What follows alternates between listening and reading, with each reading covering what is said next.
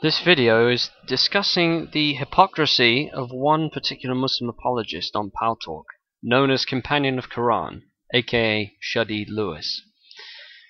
I've noticed something whenever it comes to quoting of the Bible, whether it be through video debates that he's done, whether it be series of videos done by Nat Demon or James White or whoever, or even just a plain debate, seeing Shadid Lewis in a debate with David Wood. I've noticed something as well, and others have pointed it out as well. Shadid is quite happy to exegetically interpret the Quran. He's quite happy to do that. No problem, it's his religion. But when it comes to the Bible, he abandons that and starts taking scriptures out of context. I can give you quite a few. For example, when the Christians give an explanation of John 14:28, if you love me, you would rejoice that I'm going to the Father, for the Father is greater than I. When we mention about emptying of divine prerogatives, he dismisses Philippians 2. And in one case, he's even gone to Colossians 2 to try and disprove a Christian's point. And Colossians 2 affirms the deity of Christ, as well as the Colossians as a whole affirms the deity of Christ. Another thing, in regards to the word soma, whatever that other word was. Now, I've already seen James White and Shadid Lewis's, I've seen James White respond to Shadid Lewis. But the point is, and I've also noticed it in Nat Demon videos as well, Shadid will appeal to one text in Scripture to try and deny the death of Jesus, yet to disprove his deity, he'll go to the subject of his death. That is hypocrisy, and that is absolutely it's atrocious reading of the Scripture. It's an atrocious abuse. It's eisegesis. Words cannot even express this on microphone, to be quite honest with you. My only point is, Shadid chastises anyone who misuses the Quran, or misquotes the Quran, and I can understand that.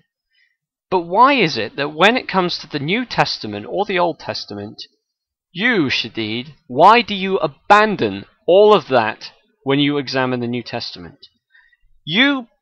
You provide an exegetical reading of your Quran.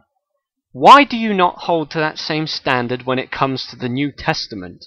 And why do your cohorts, Muslim for Life and Umar ibn al-Khattab, or even Dr. Tauheed, hold to that same standard?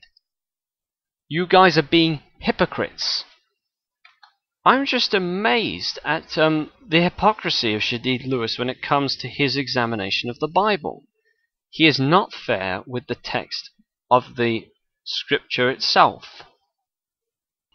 Furthermore, I remember one of your previous comments as well, Shadid, that Philippians 2 was debunked. In fact, I have a recording which tells you about what you said about Philippians 2.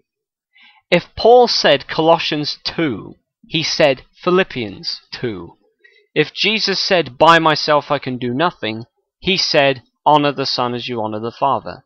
If he said, the truth I've heard from God, he also said, I'm the Alpha and the Omega. If Jesus said one, he said the other.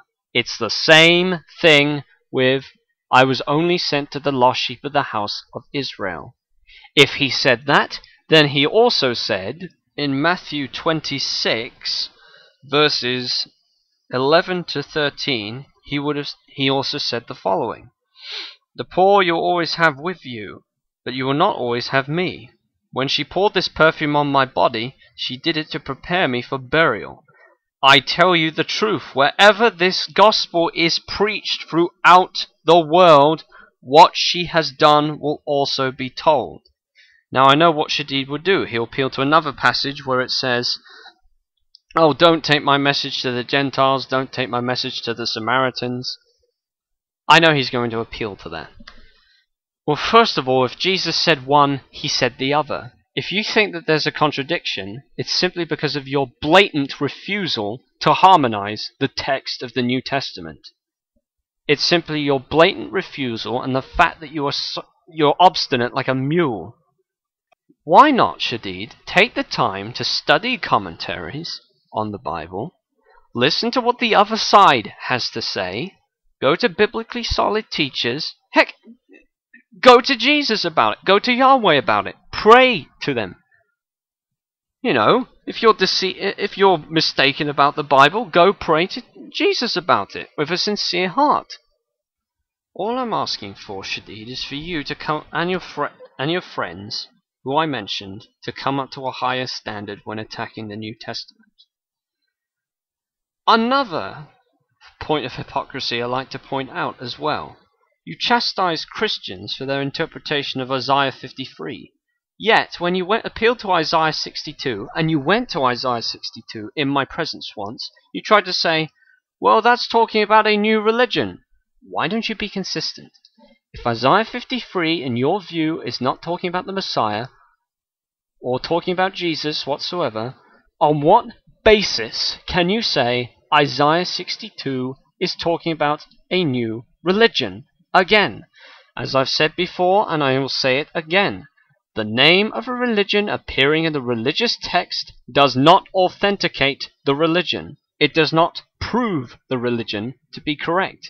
That is the worst argument you can make for any religion, including Judaism and Christianity.